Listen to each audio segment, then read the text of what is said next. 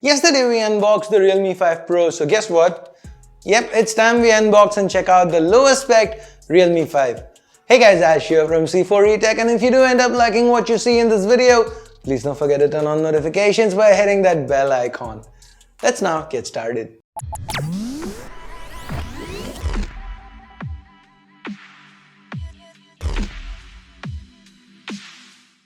So here's the box the Realme 5 comes in.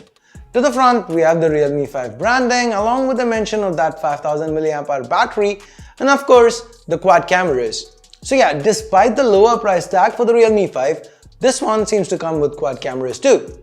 There's nothing much to the sides except for again Realme 5 branding, and at the bottom we have a price sticker. Without the pricing of course, since this is a review unit. But we do get some basic information about the phone along with the box contents. Moving on, let's get rid of the plastic film. Cutting through that seal, taking the lid off, we have another box on the inside. This one contains the regular documentation, your quick start guide and so on. Realme has bundled a soft silicone case here too. Let's put all this aside and get to the Realme 5 itself. Taking it out of its plastic cover, peeling that sticker off, and there you have it.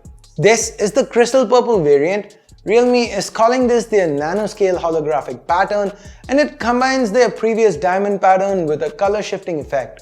Pretty cool, right? Remember, this is still plastic, so it is prone to scratches. So let's put it in its case, power it on and set it aside for the time being. Next, we have a 10-watt charger. No VOOC 3.0 here, and sadly no Type-C either. Back we go to micro USB. And finally, there's a SIM ejector pin. Now let me quickly give you a tour of the device before we dive in. To the bottom we have a speaker, that micro USB port, the primary microphone and a 3.5mm headphone jack. The volume rockers and a triple card tray can be found to the left. So yep, we get support for dual SIMs and a micro SD card here with the Realme 5, just like we got with the Realme 5 Pro. To the right we have a power button, and the top is left clean, so the secondary mic from the Realme 5 Pro, that seems to have been cut here. Let's now turn this phone around and take a look at that quad camera setup. The primary is a 12 megapixel AI camera with an f1.8 lens. Images shot with it seem to retain good detail. Like, see this image, there's ample detail in the shadows and the sky and the clouds are captured very well. The green of the leaves is quite natural too. Overall, the colors are bright. Initial impressions, I'm liking what I'm seeing here.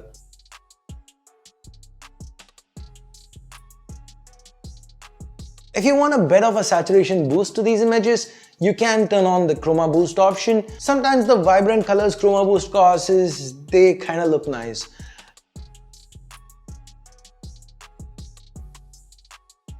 And here are a few low light shots. These were shot with the auto mode. Now the Realme 5, it also comes with a dedicated night mode, Nightscape. Just look at how much better these images turn out when shot with Nightscape instead of the regular auto mode. A lot more color is brought back to the flower here, and the noise levels are also kept in check. Now the next one, it's an 8 megapixel sensor with an f2.25 wide angle lens. This has a 119 degree field of view. Barring the primary sensor, the other three seem identical to what we get with the Realme 5 Pro. Pictures shot with this look promising, the detail levels are good, not as huge a drop off from the primary camera as we've come to expect from phones in this price range. Realme seems to have done good here. The third one is a 2 megapixel depth sensor. This is used for taking portrait images. The edge reduction with these sample shots, as you can see, they seem to be okay for the most part. The fourth camera, this is something pretty unique. It's a 2 megapixel ultra macro that lets you capture images like this. It lets you get real close to the subject. I'm happy to see Realme incorporate this in the budget segment. Now, on the Realme 5 Pro unboxing, I had a few people say, hey, it's just 2 megapixels, so can't we crop in from the primary sensor and get the same results? Well, we can, but it's not going to be quite the same results because it's not going to be the same perspective. Now, here is a cropped in image shot with the primary camera. Now, that is compared to the macro. As you can see, the macro is wider. You can see more of the background with it. It's a different perspective. Now, is this a must-have? Do you really need to have it? Not really, but I'm happy that it is there. It is the fourth sensor after all, right? The Realme 5 can do 4K video at 30 FPS, But as you can see, the video looks nice. There is good detailing at this point, but there is no stabilization. There is stabilization, however, at 1080p. Now, this is 1080p footage. It's pretty stable, well, not as detailed as 4K. There is good stability here. The footage is still pretty good. And it seems like even with the selfie camera for 1080p footage, there is electronic stabilization here. As you can see, this is pretty stable footage. As I'm moving around, it is pretty stable. This is handheld, right? Now, as for selfies, we get a 13 megapixel shooter. It seems to do a reasonably good job with the regular selfies as well as the portraits. The edge reduction here seems okay. Now, enough about the cameras, we've talked about it long enough. Let's take a look around the rest of the phone. Realme has chosen to go with a glossy polycarbonate finish here. The gradient pattern looks quite nice, but just like the 5 Pro, this is also a fingerprint magnet.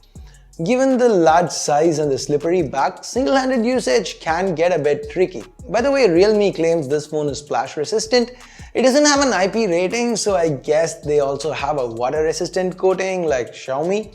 Anyway, in hand, the Realme 5 doesn't feel light. That's probably due to the 198 gram weight, which is a direct result of that huge 5000 mAh battery that Realme is crammed in.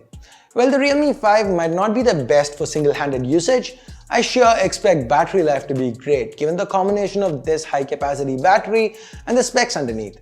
Speaking of, the Realme 5 is powered by the new Snapdragon 665 SoC. Now this is the first phone in India to be powered by this SoC, something Realme is quite proud of saying.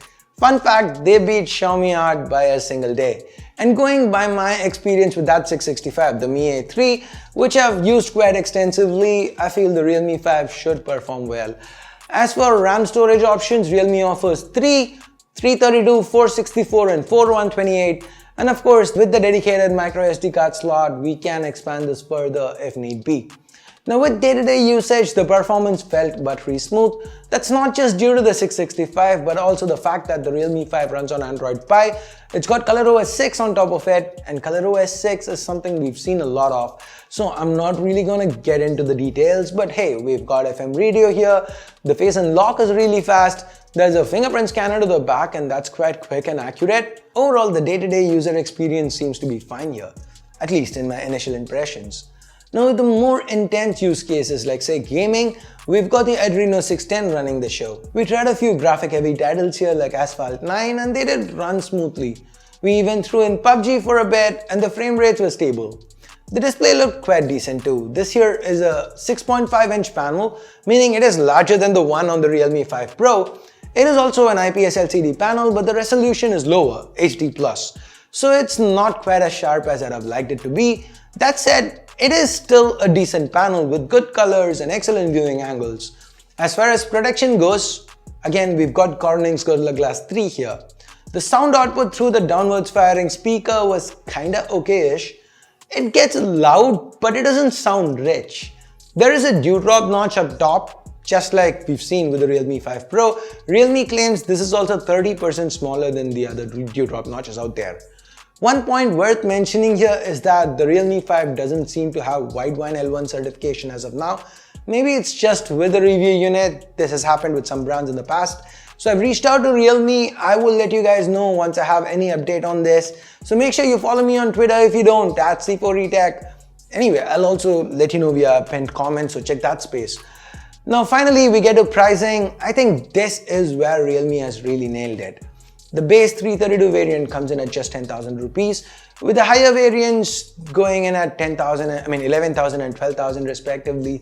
At these prices, the Realme 5 seems to be a very interesting option, especially given that Xiaomi is just about to launch a 665 at 15,000. I think Realme's done a very good job here. What do you think? Do you feel the Realme 5 is an excellent option? Do you think Realme should have done something different? Let me know whatever you feel about this phone in the comments below. And with that, we get to the end of this unboxing and detailed hands-on. Thumbs up, thumbs down based on whatever you felt about this video. Subscribe, turn on notifications by hitting that bell icon if you haven't yet. Thanks a lot for watching. Till next time, my name's Ash. You've been watching C4eTech, and I'm signing off for now. You guys have a great day. Bye-bye.